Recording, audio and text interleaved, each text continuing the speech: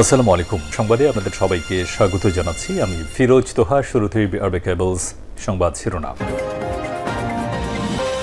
পুরোদমে Iran, Israel এবং নিরীহ ফিলিস্তিনিদের মাঝে ভয়াবহ যুদ্ধ চলছে হামলা পাল্টা হামলা। এরই মাঝে আমাদের হাতে এসে পৌঁছেছে এই যুদ্ধের সর্বশেষ গুরুত্বপূর্ণ আপডেট, তাজা সংবাদ। প্রথমে আপনাদের জানাবো, গাজা যুদ্ধ বন্ধে ইসরায়েলের উপর এবার চাপ দিতে যাচ্ছে মার্কিন যুক্তরাষ্ট্রের প্রেসিডেন্ট ডোনাল্ড ট্রাম্প। গাজা উপত্যকায় যুদ্ধবিরতি এবং বন্দি বিনিময়ের জন্য ইহুদিবাদী ইসরায়েলের কৌশল বিষয়ক মন্ত্রী রন ডারমারকে চাপে ফেলতে যাচ্ছে যুক্তরাষ্ট্র। ইসরায়েলি গণমাধ্যমের উদ্ধৃতিতে এই খবর জানিয়েছে বার্তা সংস্থা আনাদুল এজেন্সি। ডারমার বর্তমানে ওয়াশিংটন ডিসিতে অবস্থান করছেন।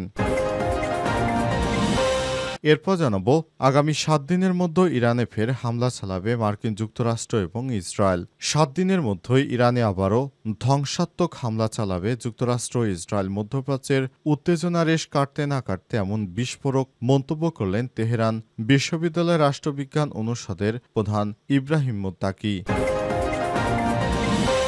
এদিকে জেরুজালেম পোস্টের নিবন্ধ, ভয়ে যুক্তরাজ্য ছাড়ছে ইহুদিবাদী ইসরায়েলিরা।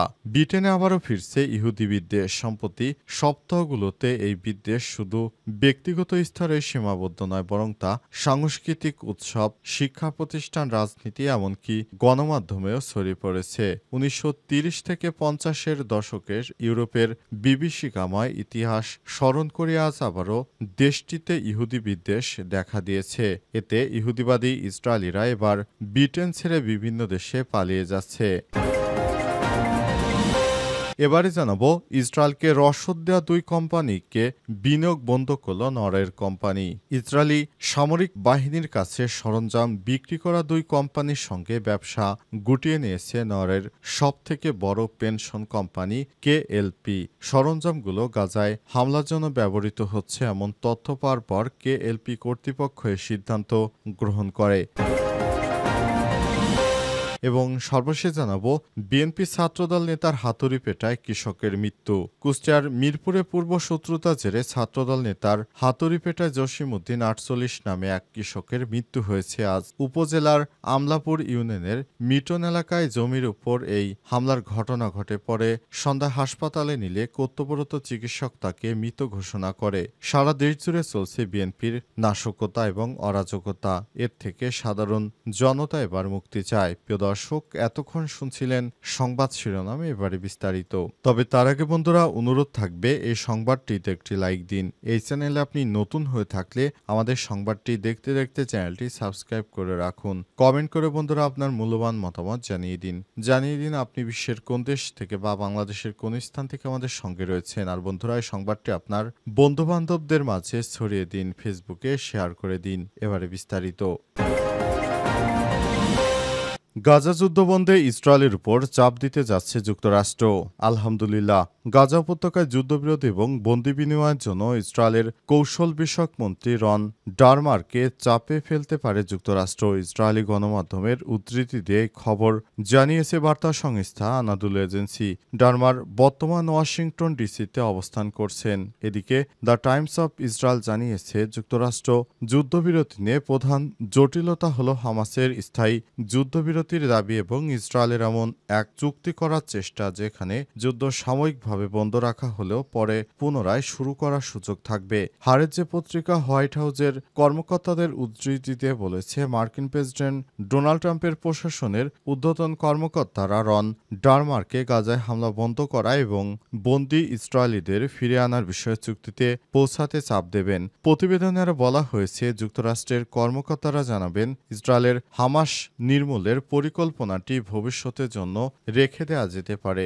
ইসরায়েলের পত্রিকা ঈদে তাহারানাত জানিয়েছে, ইসরায়েলি প্রধানমন্ত্রী বেঞ্জামিন নেতানিয়াহু সম্প্রতি বলেছেন, গাজায় ইসরায়েলি জিম্মিদের উদ্ধারের বিষয়টি এখন প্রধান লক্ষ্য, যা আগের হামাস ধ্বংসে বক্তব্য থেকে অগ্রাধিকারের পরিবর্তনের ইঙ্গিত দিচ্ছে। এই পরিস্থিতি ইঙ্গিত দিচ্ছে যে গাজা যুদ্ধ বন্ধ এবং বন্দি বিনিময়ের মাধ্যমে একটি সমঝোতার দিকে তাগিদ দিচ্ছে মার্কিন যুক্তরাষ্ট্র, যাতে অব্যাহত যুদ্ধের কারণে সংকট আরও ঘনীভূত না হয়।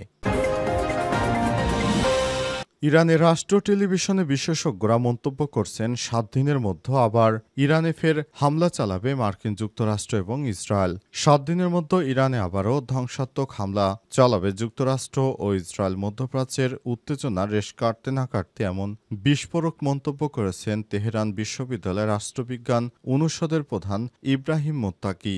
আজ ইরানের রাষ্ট্র টেলিভিশনে দেওয়া সাক্ষাৎকারে তিনি সতর্ক করে বলেছেন, এই যুদ্ধবিরতি বাহ্যিকভাবে শান্তির আভাস দিলেও বাস্তবে তা হতে পারে অন্তর্বর্তীকালীন পরবর্তী হামলার প্রস্তুতির সময়। এই পরিস্থিতিতে তেহরান থেকে আসা এই সতর্কবার্তা আন্তর্জাতিক অঙ্গনেও নতুন করে উত্তেজনা জন্ম দিয়েছে। আজ ইরানের ইন্টারন্যাশনাল লাইভ প্রতিবেদনে খবর জানানো হয়েছে, মোত্তাকি ইরানের কর্মকর্তাদের এই যুদ্ধবিরতি গুরুত্বের সঙ্গে না নেয়ার আহ্বান জানিয়েছেন। তিনি বলেন, ইহুদিবাদী ইসরায়েল আবারও আমাদের উপর যে কোনো সময় হামলা চালাতে পারে, তাই আমাদের সবাইকে সতর্ক থাকতে হবে। তারা যে যুদ্ধবিরতির কথা বলেছে সেটি বিশ্বাস করলে চলবে না, কারণ ইহুদি খ্রিস্টানদের এমন অনেক যুদ্ধ আছে যারা পিছন থেকে আবারও আক্রমণ চালিয়ে শত্রুকে ঘায়েল করার চেষ্টা করেছে। তিনি বলেন, ইরানকে সরাসরি এখনও হামলার জন্য প্রস্তুতি নিয়ে রাখতে হবে, যাতে করে ইহুদিবাদী ইসরায়েল যুক্তরাষ্ট্রের সমর্থনে যদি কোনো সমস্যা করতে পারে, সর্বশেষ যেন সমস্যাগুলো স্থায়ী না হয় সে ব্যাপারে কাজ করতে পারবে। জেরুজালেম পোস্টের সম্পাদকীয় ভয়ে যুক্তরাজ্য ছাড়ার সিদ্ধান্ত নিচ্ছে ইহুদিবাদীরা। ইসরায়েল বিরোধী স্লোগান সম্প্রচার করে বিপাকে বিবিসি। ব্রিটেনে আবারও ফিরছে ইহুদি বিদ্বেষ। সম্প্রতি সপ্তাহগুলোতে এই বিদ্বেষ শুধু ব্যক্তিগত স্তরে সীমাবদ্ধ নেই, বরং তা সংস্কৃতি, উৎসব, শিক্ষা প্রতিষ্ঠান, রাজনীতি, এমনকি গণমাধ্যমে ছড়িয়ে পড়েছে। 1930 থেকে 50-এর দশকে ইউরোপের বিভীষিকাময় ইতিহাস স্মরণ করে আজ আবারও দেশটিতে ইহুদি বিদ্বেষ দেখা দিয়েছে নতুন মোড়কে। ব্রিটেনে বসবাসরত ইহুদি নাগরিকরা আজ ভয়, উদ্বেগ এবং অনিশ্চয়তার মধ্যে দিন কাটাচ্ছেন। আজ জেরুজালেম পোস্টের সম্পাদকীয়তে বলা হয়েছে, ভয়ে অনেক ইহুদি এখন যুক্তরাজ্য ছেড়ে ইসরায়েল বা অন্য কোনো নিরাপদ দেশে চলে যাওয়ার সিদ্ধান্ত নিয়েছেন। এক সময় ইসরায়েলের ঘনিষ্ঠ মিত্র ছিল যুক্তরাজ্য, কিন্তু গত কয়েক দশকে এই সম্পর্ক মারাত্মকভাবে খারাপ হতে শুরু করে। একদিকে দেশের রাজনীতিতে জেরেমি করবিনের উত্থান, অন্যদিকে ইসরায়েল ও ব্রিটিশ ইহুদিদের প্রতি দেশটির মনোভাবের পরিবর্তন, সব মিলিয়ে ইহুদি বিদ্বেষ বেড়েই চলেছে দেশটিতে। যুক্তরাজ্যের অন্যতম বড় সঙ্গীত ও সংস্কৃতি উৎসব গ্লাসটনবেরি ফেস্টিভ্যাল এবছর সঙ্গীতের বদলে ইহুদিদের প্রতি ঘৃণার প্রকাশ বেশি দেখা গেছে। উৎসবের মঞ্চে প্রকাশ্যে ইসরায়েল বিরোধী এবং ইসরায়েলি প্রতিরক্ষা বাহিনী আইডিএফ এর বিরুদ্ধে হিংসাত্মক স্লোগান দেয় দেশজুড়ে শুরু হয়েছে তীব্র প্রতিক্রিয়া। এই ঘটনার পর ইহুদিবাদী ইসরায়েলিরা এবার যুক্তরাজ্য ছেড়ে পালাতে শুরু করেছে। তারা যুক্তরাজ্য তাদেরকে নিরাপদ ভাবতে পারছে না। ছাত্রদল নেতার হাতুড়ি পেটায় কৃষক নিহত।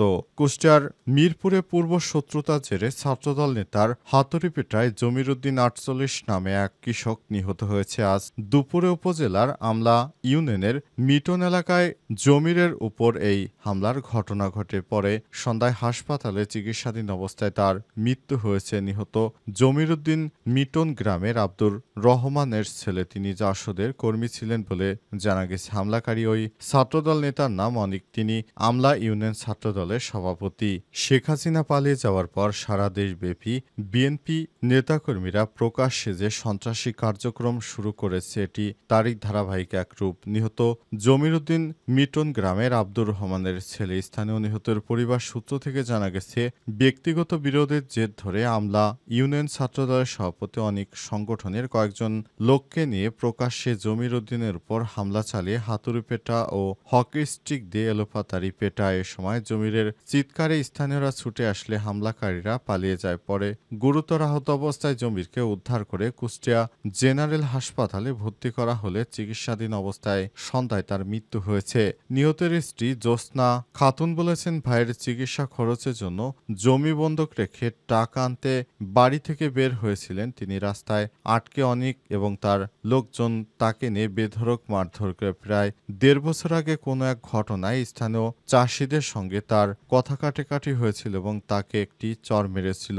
এই চর মারার কারণে আমার ভাইকে আজ হত্যার শিকার হতে হয়েছে।